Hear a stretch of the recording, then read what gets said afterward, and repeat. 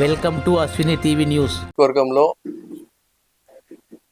YSR Congress party 10th ward corporator అతని కార్యాలయం పైన తెలుగుదేశం పార్టీ నాయకులు దాడి చేయడంని తీవ్రంగా ఖండిస్తున్నాం. ఒకసారి మనం గుర్తు చేసుకుంటే కర్నూలు జిల్లా వ్యాప్తంగా ఫ్యాక్షన్ సంస్కృతి నడుస్తున్న, ప్రతి గ్రామంలో ఫ్యాక్షన్ ఉన్న, 30-40 సంవత్సరాల్లో ఎప్పుడు కూడా కర్నూలు నగరంలో మాత్రం ఫ్యాక్షన్ జరిగింది లేదు. కర్నూలు నగరంలో మాత్రము ఎక్కడ దాడులు జరిగింది లేదు. చాలామంది సినిమాలు చూసి కర్నూలుకు వచ్చిన తర్వాత ఒక బ్యాంక్ మేనేజర్ గారితో నేను కలిస్తే, సార్ నేను కర్నూలు అంటే ఫ్యాక్షన్లు, కత్తులు, బాంబులు ఉంటాయని చెప్పి అనుకున్నాను, కానీ కర్నూలు నగరంలో ఏం సార్ ఇంత ప్రేమగా ప్రతి ఒక్కరు ఉంటారు, ఇంత ప్రశాంతమైన వాతావరణం ఉంది, నాకు ఈ నగరం చాలా నచ్చింది సార్, నేను రిటైర్ అయిపోతే కర్నూలు నగరంలో రిటైర్ కావాలని చెప్పి అనుకుంటున్నా అని చెప్పిన మాట నాకు ఈరోజు గుర్తొస్తుంది. ఇది ఎందుకు చెప్పాలా అని పరిస్థితి వచ్చిందంటే, ఆ రోజు తీవ్రంగా కొట్టుకుంటూ చంపుకుంటూ ఫ్యాక్షన్ నడిపిస్తున్న గ్రామాల్లో చూసి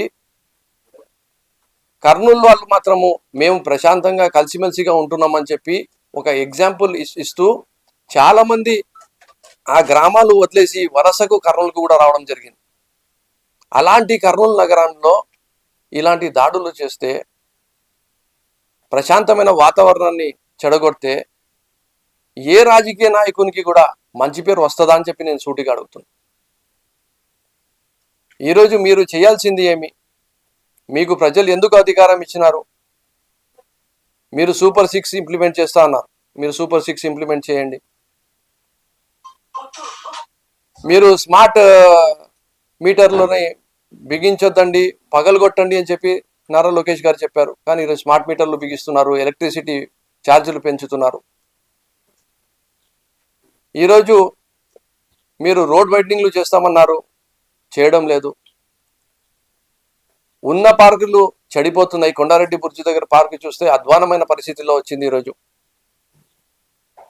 జమ్మి చెట్టు దగ్గర పార్కు కట్టేది ఉంది, అది అట్లే నిలబడిపోయింది. బట్టవలో చూస్తే హుసూల్ఖానా కట్టినాము, దాని కనీసం ఓపెనింగ్ చేయడం లేదు. ఇలా చెప్పుకుంటూ పోతే స్థానిక సమస్యలు ఎన్నో ఉన్నాయి, కానీ మేము కూడా ఓర్చుకొని, ఇంకా ఇప్పుడే కదా వాళ్ళు వచ్చింది ప్రభుత్వంలో, 1 సంవత్సరం అన్న మనం ఇవ్వాలి కదా, అటువైపు వాళ్ళు అడుగులు వేస్తారేమో అని చెప్పి మీ పైన కూడా విమర్శలు చేసింది లేదు. మేము కోరుకుంటున్నది, ప్రజలు కోరుకుంటున్నది కర్నూలు డెవలప్మెంట్, కర్నూలులో సేఫ్టీ, సెక్యూరిటీ, కర్నూలులో ఒక మంచి వాతావరణం ఉండాలి. ఎవరైతే తెలుగుదేశం పార్టీ నాయకులు ఉన్నారో, పెద్దలు ఉన్నారో ఒకసారి ఆలోచించుకోవాలా. ఇలాంటి దౌర్జన్యాల వల్ల ఓట్లు పడతాయి అని అనుకుంటే మాత్రము మీరు మీ ఊహకు వదిలేస్తున్నా. మీకు రాజకీయ పరిజ్ఞానం ఎంత ఉందో మీరే ఆలోచించుకోవాలి. ఈరోజు దాడులు మీరే చేస్తున్నారు, మళ్ళీ మా నాయకులపైనే కేసులు పెడుతున్నారు. దీనిని మీరు మీడియాలో కానీ వ్యవస్థలలో కానీ ఏదైనా చెప్పగలుగుతారు, కానీ ప్రజలకు మాత్రం అంత తెలుసు. ప్రజలు మాత్రము ప్రతిదీ గమనిస్తారు. చాలా చైతన్యవంతులు కర్నూలు ప్రజలు. ఈరోజు నిరుద్యోగులకు ఉద్యోగాలు వస్తాయని చెప్పి మీకు అధికారం ఇచ్చినారు, నిరుద్యోగ భృతి వస్తుందని చెప్పి అవకాశం ఇచ్చినారు. దాడులు చేయడానికి మీకు అధికారం ఇవ్వలేదు. రేపు స్థానిక సంస్థల్లో ఎక్కడ మీరు ఓడిపోతారో అని చెప్పి ఒక భయంతోనే, ఒక కుట్రపూరితంగా ఇలాంటి దాడుల్ని చేయాలని చెప్పి ప్రయత్నిస్తున్నారని చెప్పి ఆల్రెడీ పబ్లిక్ గుసగుసలాడుకుంటున్నారు.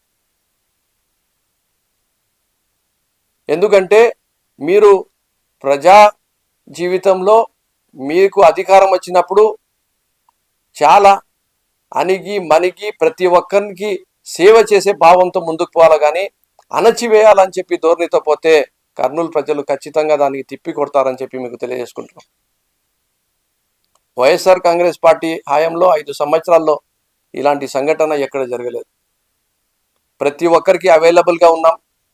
కరోనా లాంటి కష్టమైన సమయంలో కూడా ప్రజలకు ధైర్యం ఇచ్చినాం, వాళ్ళకు వైద్యం అందించినాం, వాళ్ళకు మున్సిపల్ సిబ్బందితో పాటు ప్రతి ఒక్క వ్యాపారస్తుని కూడా కాపాడుకునే విధంగా పనిచేసినాం. ప్రతి ఒక్క నాయకుడు కార్యకర్త ఆ రోజు ప్రజల వైపు నిలబడినాడు. దాని తర్వాత కూడా కరోనా తర్వాత కూడా ప్రతి ఇంటికి వెళ్ళి సంక్షేమ పథకాలు అందించడం ఏంది, ప్రతి వార్డులో మంచిది చేయడం ఏంది, మేము చేసిన డెవలప్మెంట్ కూడా ఈరోజు గుర్తు చేసుకుంటున్నారు. అది వీధుల్లో రోడ్లు ఉండని, కాల్వలు ఉండని, స్ట్రీట్ లైట్స్ ఉండని, ట్రాన్స్ఫార్మర్స్ కెపాసిటీ పెంచడం ఉండని, ఈరోజు సుంకెసల నుంచి నీళ్లు తేవడానికి పైప్ లైన్ వేయడం ఏమిటి, ప్రతిదీ కూడా ఈరోజు ప్రజలు గుర్తు చేసుకుంటున్నారు. మీరు ఏం చేశారు ఈ 13 నెలల్లో? ఈ 13 నెలల్లో మీరు, లేదంటే రాబోయే సంవత్సరంలో మీరు ఏం చేయబోతున్నారు అది మీరు చెప్పాలి. అది చెప్పి మీరు ఓట్లు తీసుకోవాలి. కానీ ఇలాంటి దౌర్జన్యాలు చేస్తే మీకు ఓట్లు పడవు, మీకు ఉండే మర్యాద కూడా పోతుంది అని చెప్పి, మీకు ఉండే ప్రజా జీవితంలో మీరు ఎప్పుడు కూడా మళ్ళీ కోలుకోలేరు అని చెప్పి మీకు సలహా ఇస్తున్నా. కర్నూలు ప్రజలు చాలా పెద్ద పెద్ద నాయకుల్ని కూడా ఓడగొట్టినారు. అహంకారం వల్లనే, దౌర్జన్యాల వల్లనే ఫ్యాక్షన్కి రాకుండా చేసినారు కర్నూలు నగరంలో. అలాంటి నగరంలో ఉండే చైతన్యవంతులందరూ కూడా ఇవన్నీ దాడుల్ని చూస్తున్నారు. మరి మీకు అధికారం వచ్చింది, మీరు కన్స్ట్రక్టివ్ వేలో పనిచేయండి. మేము కూడా మీకు సపోర్ట్ చేస్తాం, హర్షిస్తాం.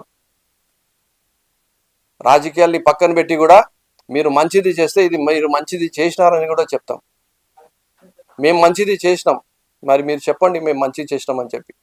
అది గవర్నమెంట్ హాస్పిటల్, జనరల్ హాస్పిటల్ చూసుకోండి, క్యాన్సర్ హాస్పిటల్ చూసుకోండి, మీరే చూడండి డెవలప్మెంట్ మేము ఎంత చేసినామని చెప్పి. కరోనా ఉన్న తర్వాత కూడా డెవలప్మెంట్ ఎంత చేసినామని చెప్పి. నేను ఒక ఎమ్మెల్యే మాత్రమే అప్పుడు. ఈరోజు కర్నూలు నగరానికి మంత్రి పదవి కూడా వచ్చింది.